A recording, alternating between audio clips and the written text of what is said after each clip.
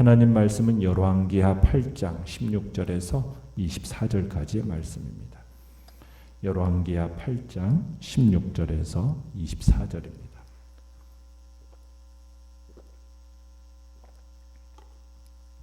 열왕기하 8장 16절에서 24절까지 우리 한 목소리로 같이 읽겠습니다. 시작.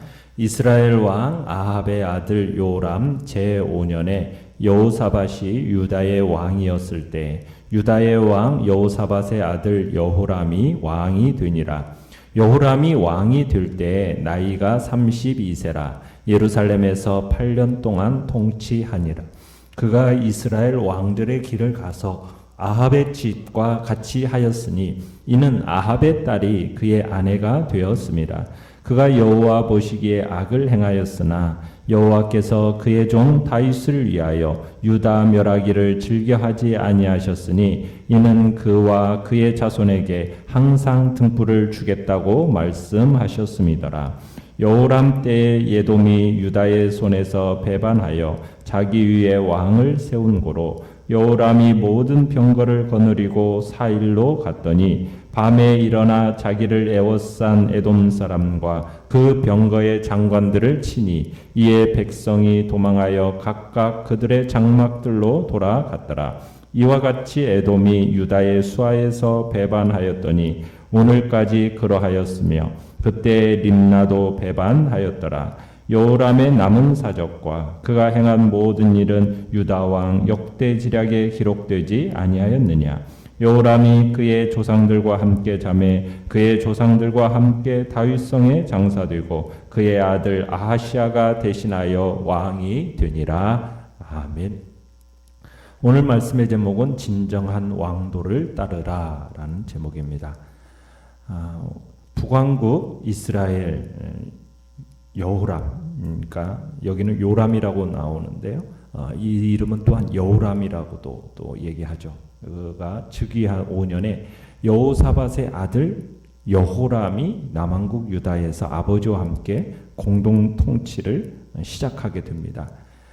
여호람이라고 이렇게 북이스라엘 여호람과 이게 동명이인입니다. 또 같은 시대 사람으로서 동명이인이 남유다를 또 이렇게 통치하고 있는 겁니다.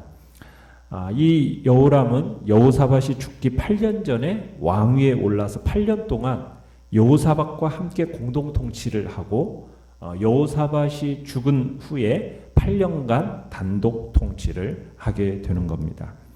자, 내용 관찰 문제 1번을 보시면 여호람의 행적에 대해 성경은 어떻게 평가합니까?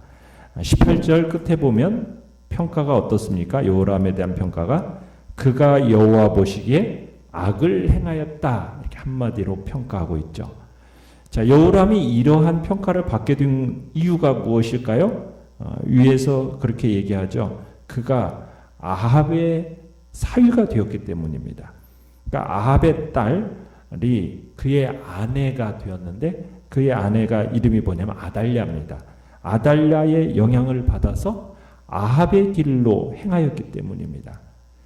아합의 딸 아달랴가 여호람의 아내가 된 이유는 여호람의 부친인 여호사밧 왕이 아합과 동맹을 체결하는 과정에서 두 가문이 정략 결혼을 했기 때문에 결혼을 하게 된 겁니다.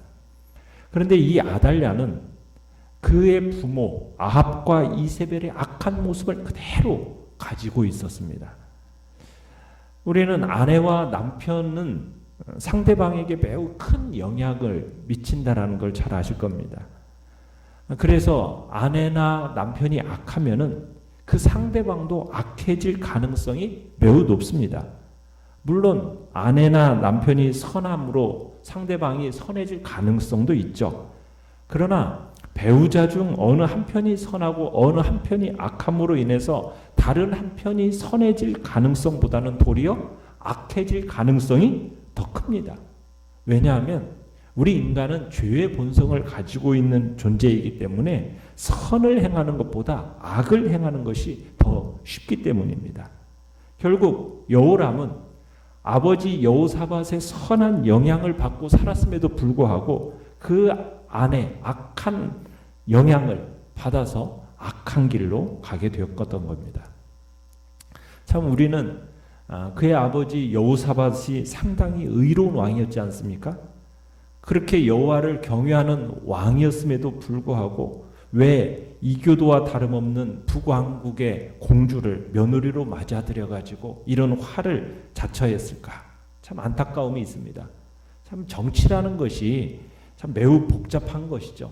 그렇지만 그럼에도 불구하고 참 우리의 마음에 아쉬움이 남는 내용입니다. 참 우리가 자녀들을 결혼을 시킬 때도 정말 신중해야 할 이유가 여기에 있는 거죠.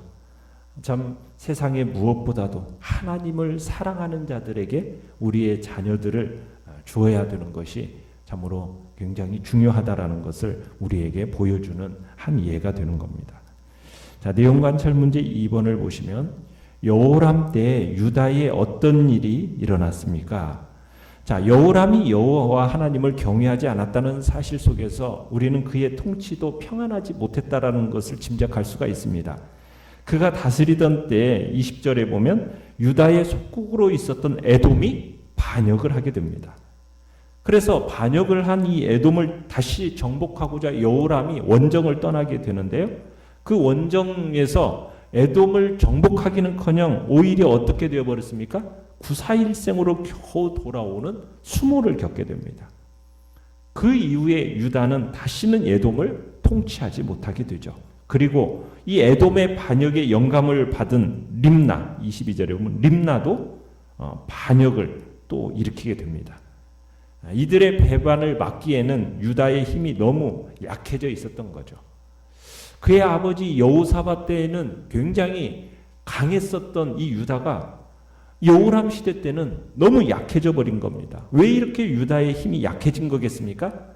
이는 여호람이 유다의 보호자이신 하나님을 떠나서 우상을 섬기고 그리고 악행을 자행함으로 인해서 더 이상 하나님의 보호를 받을 수 없게 되었기 때문입니다.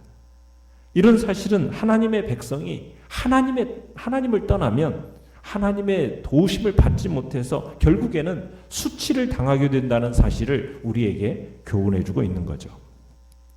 자, 연구와 묵상 문제 3번을 보시면 여호람이 이스라엘 왕들의 길을 가서 아합의 집과 같이 하였다는 말씀은 무엇을 의미합니까? 18절에 보면 그렇게 얘기되어 있죠. 그가 이스라엘 왕들의 길을 가서 아합의 집과 같이 하였다. 이것은 이 당시 북이스라엘은 우상 숭배가 극심했고 하나님을 떠난 삶을 살았습니다. 그러나 그에 비해 유다는 아사나 여호사밧 같은 선한 왕들의 영향으로 우상 숭배가 그리 심각하지 않았었어요. 그런데 이 여호람 때에 이르러서 남유다가 북이스라엘의 모습을 닮아갔다는 얘기입니다. 이건 마치 하나님을 섬기는 교회가 하나님을 믿지 않는 세상의 모습을 닮아가는 그러한 교회의 세속화 과정과 같이 되었다. 이렇게 볼 수가 있는 겁니다. 오늘날 우리 시대 속에서 교회가 세상을 닮아가려는 경향들이 많이 있음을 보게 됩니다. 참으로 교회를 성공적으로 부흥시킨다는 명목하에서 세상의 기업에서 하는 그 경영의 논리들을 그대로 교회에 가져와서 그 교회를 운영하는 지침서가 되는 일들이 허다한 것을 보게 됩니다. 성탄의 기쁨은 어떻습니까? 세상에 똑같은 산타클로스의 축제가 교회 안에서 예수의 축제가 아닌 산타의 축제가 되어서 이미 주일학교를 많이 물들인 사례들도 우리가 많이 보고 있죠. 심지어는 기독교의 유일성인 구원의 복음조차 세상의 거센 파도에 희석이 되어는 경향이 있는 걸 보게 됩니다. 성경은 분명하게 예수 그리스도 외에는 구원을 얻을 만한 다른 이름을 우리에게 주신 일이 없다라고 분명히 증언하고 있음에도 불구하고 구원의 길이 그리스도 이외에 여러 길이 있다라는 다원주의가 우리 한국 교회 내에도 많이 들어와 있습니다. 이런 교회의 모습들이 교회의 본질을 버리고 세상을 따라가는 그런 세속화의 모습이라 우리가 할 수 있는 거죠. 교회의 할 일이 무엇입니까? 교회의 할 일은 세상을 쫓아가는 게 아니죠. 교회의 할 일은 우리 주 예수 그리스도께서 명령하신 사람들을 제자 삼아 삼위 하나님의 이름으로 세례를 주고 그리스도께서 우리에게 명령하신 모든 것을 가르쳐 지키게 하는 것이 우리가 해야 할 교회의 사명입니다. 예수 그리스도의 제자로서 복음에 대한 정말 복음의 스승으로서 그들에게 참된 교회의 모습을 보여주고 담게 하는 것이 우리 교회의 사명입니다. 그런데 자꾸 교회가 문화라는 명분하에서 세속의 문화에 우리가 떨어져 있다. 그러면서 세상을 자꾸 따라가려는 성향들이 우리 교회 안에서 많이 나타나고 있어요. 우리는 그런 그럴듯한 말들에 현혹되어서는 안 됩니다. 교회는 세상의 죄악된 문화를 따라가는 존재가 아니죠. 생명을 주는 문화를 전파하는 존재로서 그 사명을 다해야 되는 것이 교회라는 것, 우리는 기억해야 되는 겁니다. 느낀 점 4번을 보시면 여호람이 아합의 집안과 혼인하면서 우상 숭배에 앞장섰음에도 불구하고 다윗과 맺은 약속을 기억하셔서 유다 왕조에 항상 등불이 되어주신 하나님을 볼 때 무엇을 느낍니까? 19절에 보면 다윗을 위하여 유다 멸하기를 즐겨하지 아니하셨다 하면서 그와 그의 자손에게 항상 등불을 주겠다라는 말씀, 이것을 가리켜서 다윗 언약이라고 하죠. 우리가 사무엘하 7장에서 보았던 내용인데요. 다윗과 그의 후손이 영원히 주의 백성을 다스릴 것이라는 무조건적인 약속입니다. 훗날 이 언약의 근거에서 온 인류를 다스리시는 왕 예수 그리스도가 다윗의 후손으로 오시게 된 거죠. 하나님이 북왕국에 세워진 왕조들은요, 심판에서 제거하십니다. 그래서 북이스라엘은 왕조가 여러 번에 걸쳐서 생겨나요. 그러나 남유다만큼은 한 왕조로 200여 년을 가는 거예요. 다윗 왕조로서. 그렇게 하신 이유가 무엇입니까? 하나님께서 다윗과 오래전에 세우신 약속 때문입니다. 약속. 다윗은 오래전에 죽었지만 이 다윗의 그림자는 오랜 세월이 지나면서도 그의 후손들에게 드리워지는 겁니다. 수백 년 전에 한 사람과 맺으신 그 약속을 이렇게까지 지키시는 여호와 하나님, 그분은 참으로 위대하시고 신실하신 분이라는 것을 우리가 한번 느끼게 되는 겁니다. 하나님이 앞으로도 몇 번씩이나 유다를 멸하기를 원하시지만 그렇게 하지 않으세요. 그건 무엇 때문이라고요? 약속 때문입니다. 약속. 하나님은 인간과 맺은 그 약속을 소중하게 생각하고 지키시는 분이라는 것을 우리가 보게 되는 겁니다. 그러기에 우리의 소망이 어디에 있습니까? 우리가 하나님과 맺은 약속에 있는 거죠. 또 우리가 여기서 생각할 수 있는 것은 우리는 한 사람의 신실함이 얼마나 중요한가를 새삼 느끼게 되는 겁니다. 다윗 한 사람 때문에 그의 자손들이 축복을 누리고 있는 겁니다. 우리가 하나님 앞에서 바른 신앙을 소유해야 할 이유를 역설해 주고 있는 거죠. 바른 신앙을 소유한 그 한 사람으로 인해서 하나님이 진노를 참으시고 많은 사람들에게 긍휼을 베푸시기 때문에 이 사유의 보석 같은 존재가 누구입니까? 바로 바른 신앙을 소유한 그 한 사람이라는 것을 우리는 기억해야 되는 겁니다. 그래서 내가 소유한, 참으로 현재 내가 어떠한 신앙을 소유하고 있는가, 이게 매우 중요한 겁니다. 그 신앙이 우리 이웃과 우리 자손에게 유익을 끼칠 수 있기 때문입니다.